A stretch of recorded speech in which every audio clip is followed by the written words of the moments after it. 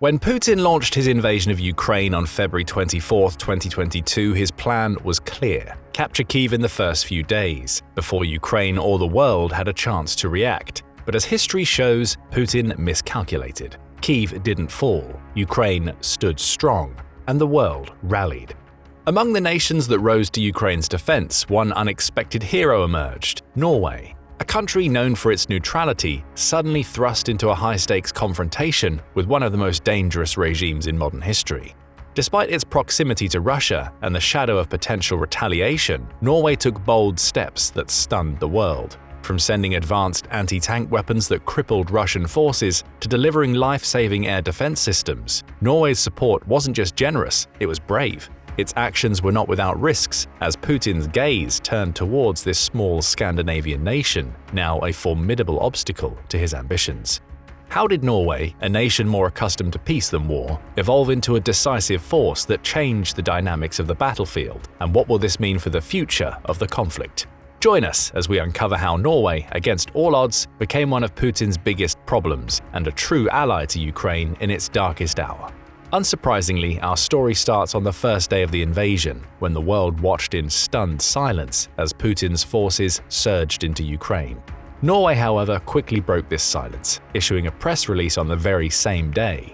Norway condemns Russia's military attack on Ukraine in the strongest possible terms. This attack is a serious violation of international law and will have dramatic consequences for the people of Ukraine, Norwegian Prime Minister Jonas Gahr Store's statement said. Store also immediately met with Ukrainian ambassador to Norway to discuss ways to help the Ukrainian people, instantly donating some $23 million in humanitarian aid, primarily to the United Nations Refugee Agency, the International Red Cross and Red Crescent Movement, and the Ukraine Humanitarian Fund.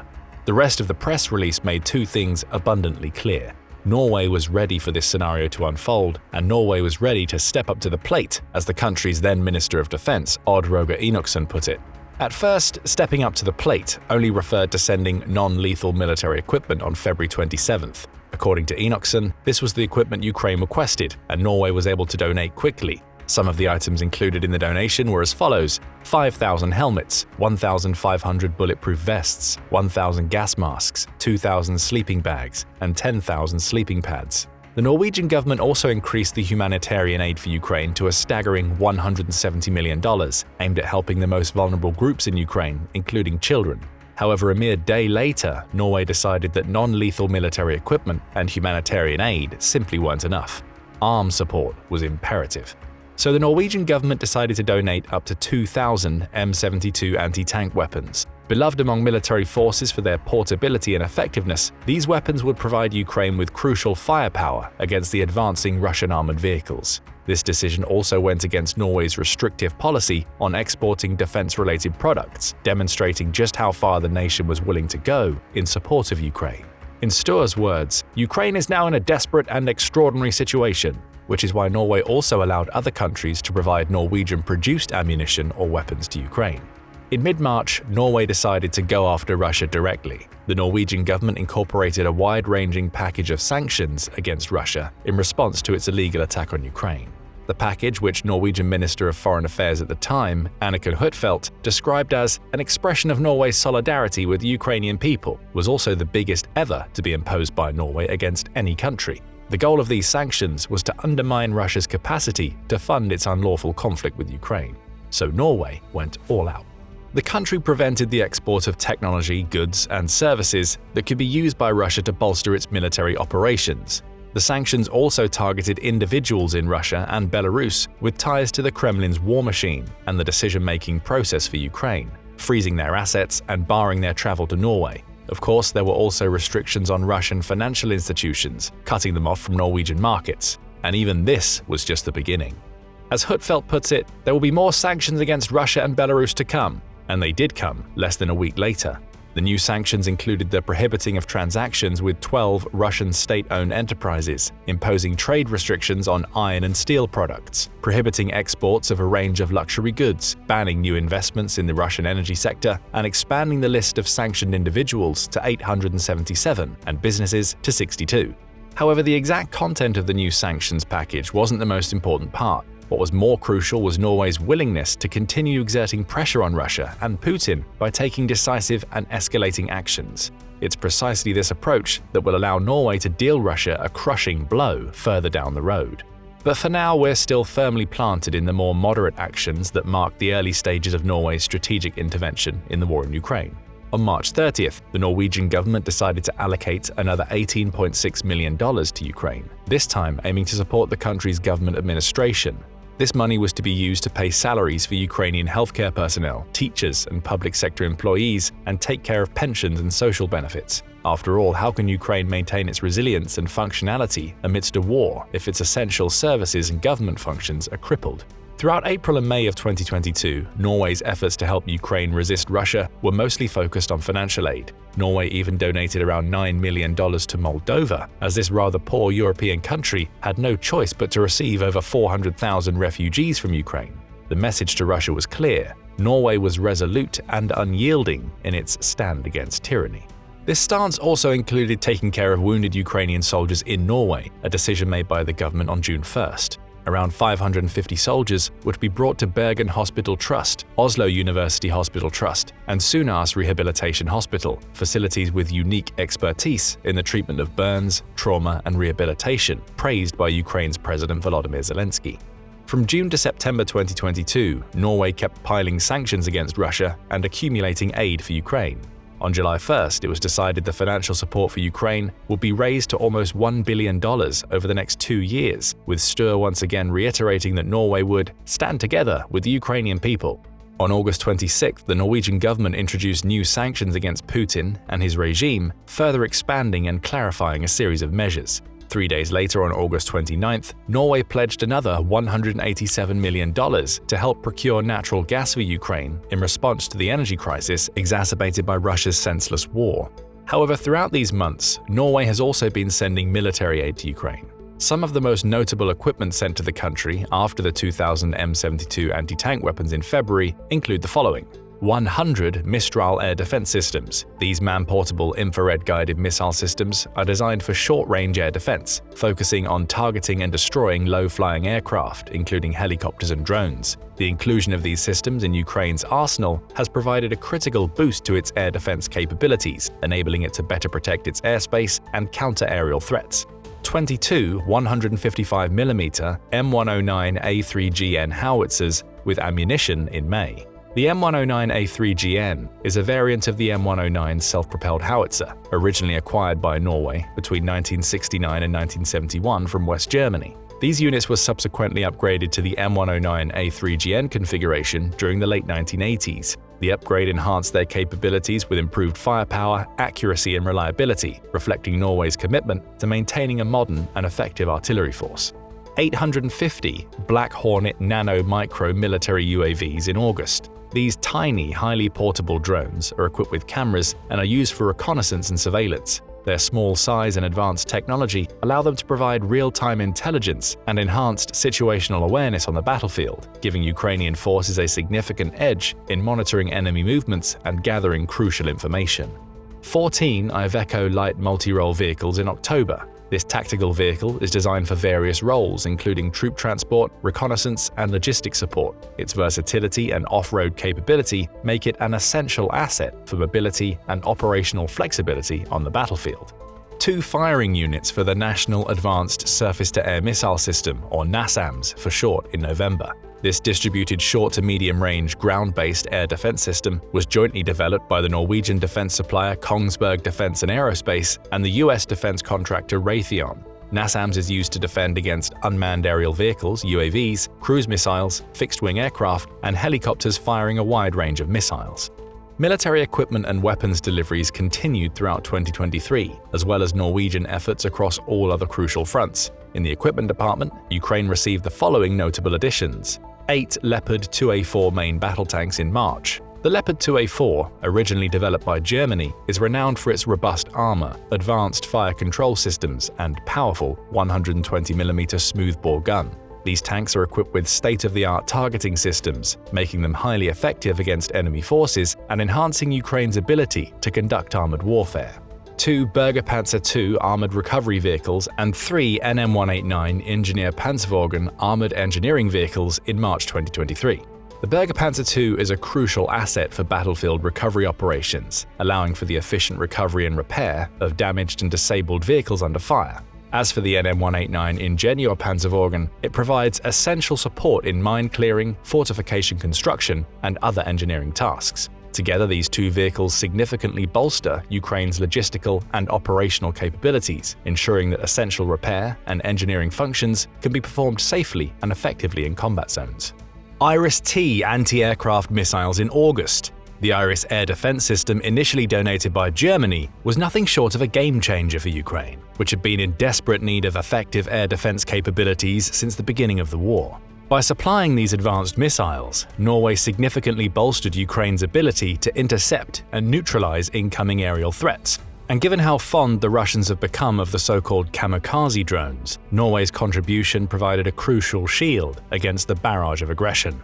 3 Arthur counter-battery radars in August. These sophisticated radars are designed to detect and track incoming artillery fire and provide crucial intelligence for counter-battery operations. Their deployment has enabled Ukraine to more effectively pinpoint enemy artillery positions and respond with precision, further strengthening its defensive capabilities and disrupting the enemy's firepower. 160 AGM-114 Hellfire missiles in August. Developed for anti-armor use and precision drone strikes, these missiles have allowed Ukraine to target and destroy high-value enemy assets, such as fortified positions, armored vehicles, and command centers, amplifying Ukraine's offensive capabilities and contributing to the ongoing resistance against Russian aggression. But then 2024 came, and the Russian aggression was heightened. With the $61 billion aid package from the US, Ukraine's #1 donor, stuck in limbo, Ukraine's remaining allies faced a critical juncture. Wait for the US and risk the erosion of gains made thus far, or act decisively to fill the void and sustain the fight against the relentless onslaught. Unsurprisingly, Norway chose the latter. On January 12th, it was reported that the Norwegian government made the decision to boost its national arms production by infusing $190 million into the country's defense industry. As you can probably guess, this decision primarily had to do with the war in Ukraine and the urgent need to demonstrate that Norway could continue providing substantial support amidst the escalating conflict. Prime Minister Stur's exact words were, "The war in Ukraine has created a situation where there is need for large quantities of ammunition. The government is therefore contributing with powerful measures so that the Norwegian defense industry can produce more." Of course, Norway wasn't looking out solely for Ukraine with this move. After all, the country's involvement and support for Ukraine has already left a bitter taste in Putin's mouth, a man known for his insatiable appetite for control and retaliation. So, by bolstering its arms production, Norway is also fortifying its own defenses and signaling a steadfast commitment to resisting Russian aggression. According to Prime Minister Stur, half this investment will focus on projects at Nammo, a Norwegian aerospace and defense company specializing in ammunition. Since the invasion started, Nammo has been struggling to keep up, forcing the company to ask for government support in the fall of 2022. With the infusion of funds, Nammo can ramp up production, ensuring a steady supply of critical ammunition both for Ukraine's defense and Norway's own security needs. As for the other half of the investment, it'll be allocated to various projects in Norway's defense industry, which are undisclosed for now. The lack of ammunition in Ukraine and beyond became very much apparent by March of 2024. According to the European Union, Ukraine only received 52% of the intended ammunition, primarily due to the lack of US support. As a result, Russia was out-shelling Ukraine 5-1, pushing the country's forces back on the battlefield. So the Czech Republic sprang into action. The country's president, Petr Pavel, launched an initiative to gather the necessary ammunition for Ukraine by encouraging Western countries to buy the available stockpiles from countries in Africa and Asia. These countries might not be willing to send the ammo to Ukraine directly, but they're surely willing to sell it for a profit. Unsurprisingly, Norway joined the Czech initiative, allocating $153 million for hundreds of thousands of desperately needed artillery shells for Ukraine. As a result, and with the help of other European allies, the Czech Republic managed to gather 300,000 of the available 800,000 high-caliber shells relatively quickly. By now it's obvious why Norway became such a huge problem for Putin. The country has actively sought to identify all the possible avenues to undermine Russia's military efforts, systematically closing the gaps that could have allowed Putin to gain the upper hand. So when reports emerged that Ukraine was struggling to juggle and maintain all the different Western-made tanks it had received, It shouldn't be surprising that Norway was the one to offer a solution. In April, the Norwegian Ministry of Defense pledged up to $13.7 million for the support, repair, and maintenance of the Leopard 2A4 tanks in Poland, the very tanks it had also previously sent to Ukraine. Speaking of critical military aid, Norway continued providing just that, even after the long-awaited US aid package was finally approved by Congress. In May, the country announced a new joint package of military assistance worth around $190 million. The package in question primarily focused on the most urgently needed military capabilities, such as air defense, anti-drone systems, radar equipment, and naval capabilities. Once again, the package came with a few reassuring words from Norway's current Minister of Defense, Bjorn Arild Gram, who stated, "We stand with and support Ukraine as long as necessary." Thanks to Norway's unyielding support and commendable bravery given its proximity to Russia, the country was also able to deal Putin a devastating blow, one that has the potential to reshape the dynamics of the conflict. On May 30th, it was reported that Norway officially gave Ukraine the green light to use its weapons against Russian targets on Russian soil. If you're unsure why this is such a big deal, all you need to know is that Ukraine was previously only able to use Western-made weapons inside its territory, including the occupied regions. This severely limited the country's ability to strike at the heart of Russia's military operations and infrastructure, effectively keeping the fight contained within its borders. With Norway's approval, however, Ukraine can now take the fight directly to Russia, extending its reach beyond the front lines and disrupting critical military operations deep within Russian territory. Although Western countries were previously hesitant to allow Ukraine to do so out of fear, it became obvious that this was the only way to truly defeat Russia. Plus, Ukraine is absolutely within its rights to defend itself by any means necessary, especially against an aggressor that has shown no regard for international law or human life. The current Norwegian Minister of Foreign Affairs, Espen Barth Eide, put it this way: "We also believe that Ukraine has an absolutely clear international right to attack Russia on its territory as part of its defense of its own territory." He further clarified that such actions are absolutely normal in war, and the world can't expect Ukraine to fight with one hand behind its back.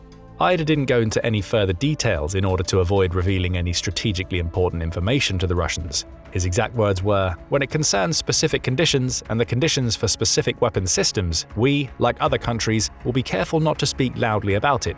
It's war, and there are many people who follow what we say publicly." Now, speaking of these other countries, the truth is that Norway wasn't the only one to give Ukraine this game-changing permission. So what makes Norway's decision so consequential?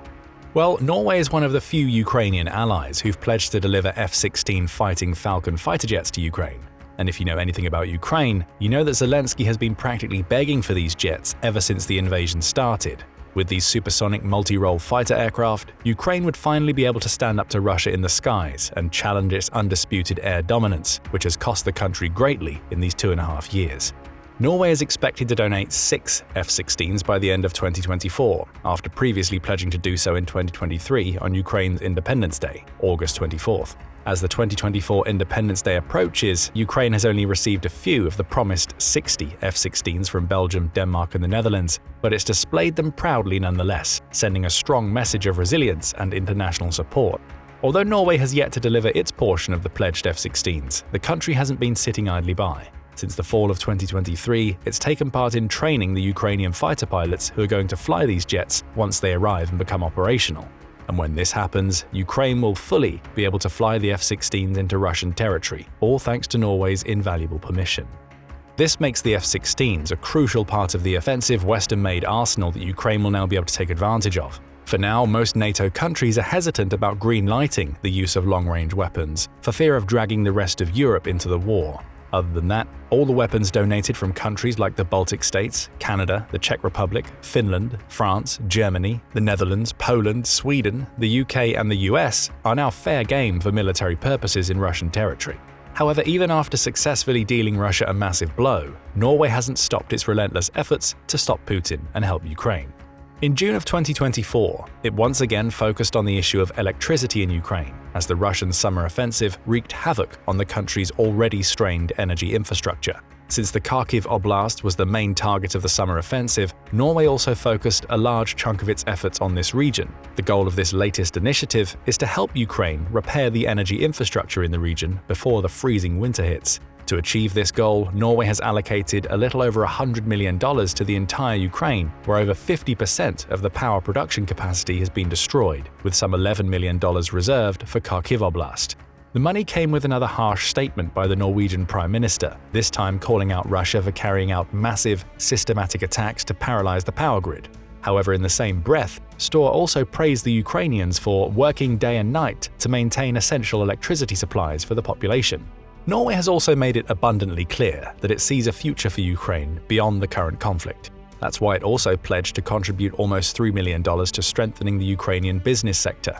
According to IDA, by supporting private sector development, we are also supporting Ukraine's economy and resilience. With this move, Norway has once again stood out among Ukrainian allies, as many of them find it too risky to invest in Ukraine. But Norway has no doubt about it, Ukraine will prevail in the end, and it's investing in that certainty. However, to help Ukraine achieve a victory, Norway also continued sending military aid, this time focusing solely on the much-needed air defenses. On July 11th, the Norwegian government announced plans to donate $93 million to Ukraine to help the country protect its population from Russian bombs and missiles. The announcement came at the 2024 Washington summit commemorating the 75th anniversary of NATO. Støre also confirmed that Norway was planning to join Germany in sending a complete IRIS-T air defense battery to Ukraine. Together with the US-made Patriot system, the IRIS air defense system has been a cornerstone of Ukraine's efforts to create a robust shield against Russia's relentless aerial assaults. With all the millions of dollars we've mentioned so far, it's clear that Norway is sparing no expense when it comes to helping Ukraine and stopping Putin. Here's a quick breakdown of the total amount of aid Norway has sent to Ukraine since the invasion started, according to the Ukrainian support tracker by the German think tank the Kiel Institute. Between February 24, 2022 and June 30, 2024, Norway has donated $1.31 billion in military aid, $850 million in financial aid, $507 million in humanitarian aid. These figures mean that Norway has allocated 0.5% of its GDP to support Ukraine. Perhaps even more impressively, it managed to do so without any European Union share. For comparison's sake, Germany has donated a little more to Ukraine in terms of total GDP percentage. However, a third of its contributions have come from EU funds, highlighting Norway's unique role in providing direct and substantial support without relying on broader European resources. As things currently stand, this support won't stop anytime soon, and we aren't just saying this based on Norway's impressive track record. In fact, Norway and Ukraine actually signed an agreement on security cooperation and long-term support, ensuring Norway will continue to help Ukraine and irritate Putin until at least 2027. But what does this agreement entail? For the most part, everything we've covered in this video, just more of it. Essentially, this agreement represents a comprehensive partnership between Norway and Ukraine, which covers the following key aspects. Number 1, strong condemnation of the Russian aggression. Sure, condemnation alone will get you nowhere, but it's important for the world to continuously denounce Russia's illegal and brutal war against Ukraine, which violates international law. It's also essential for all countries, including Norway, to affirm their commitment to Ukraine's sovereignty, territorial integrity, and democratic values, and this is precisely what Putin wants to obliterate. Number 2, support for Ukraine's defense and reform. Norway has been providing for it for over 2 years, and it doesn't plan to stop.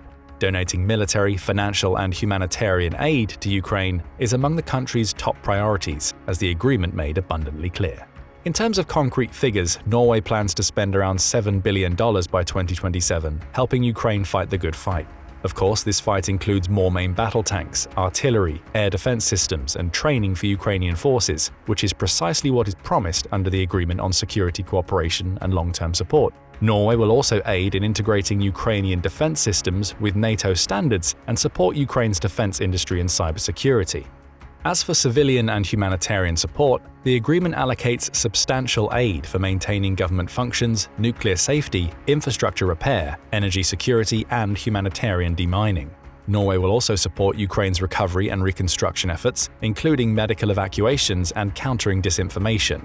Number 3, political and legal accountability. Even when the war ends, Norway doesn't plan on letting Russia off the hook. Together with Ukraine, the country is committed to achieving a just and sustainable peace and holding Russia accountable for damages and war crimes.